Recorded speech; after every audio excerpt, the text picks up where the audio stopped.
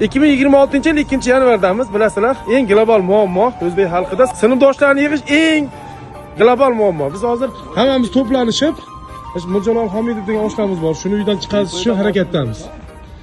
Darvozani bekitib qo'yib, shunaqasi ham bo'ladi. Mirjalol!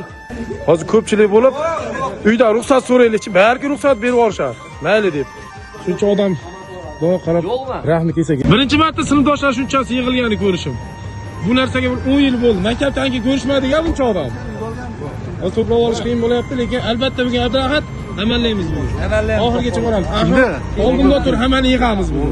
Uxlamayman shu bugun. Ismoil? Hammani to'playmiz shu bugun to'playmiz. Baxtiga aytgan chiqmaydi, to'planmaydi dedim, mana chiqadi. Baxtiyor, hamma qara, senga boshlandi. Ret, boramiz uygacha. Baxtiyor kasal ekan oshda, nima qilamiz? Aptekadan olib borib chiqsa, veterinariyadan olamiz. Chiqor, Jamol aka ochiq ekan, chiq. Chiq, saksani yig'ib beramiz, ketishgani. Mirjalol haqida fikring kerak. Mirjalolmi? Mirjalol qopilsa boradi ammo. Endi kelmaydi. Hamma kirdi. Kim naqd hozir aytdi? Abdurazaqni boraylikmi oldiga? Abdurazaq, Abror yo'q-a?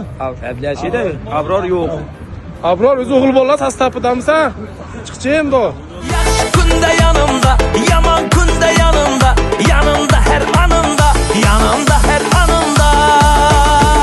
Hey! Mening sinfdoshlarım, mening sinfdoshlarım, mening sinfdoshlarım, mening sinfdoshlarım.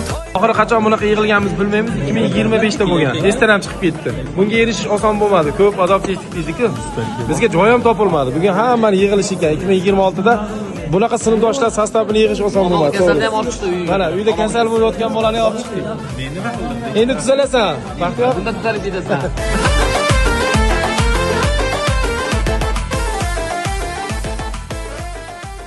Bizga joy, lokatsiya yoki ovqat muhim emas, bu to'plash o'zi bo'lmadi. Hammamiz to'plandik, xudo xolasa 2026-yilda do'st inoq bo'lib, darish oxirigacha shunaqa ko'rik qilib o'tirish nasib qilsin. Boshamiz safardan kelganligi bir hafta bo'ldi. Rosa harakat qilding-a bolalarni to'plashga. Sababchi, Niyatingga yetding. Hamma ham ish bilan, biz ichimizda ham bo'sh yuradigan bolalar yo'q. Hammasi harakatda, izlanishda, ko'plari darvoza bilan shug'ullanishadi. Bir-birimizga raqobatchi emasmiz.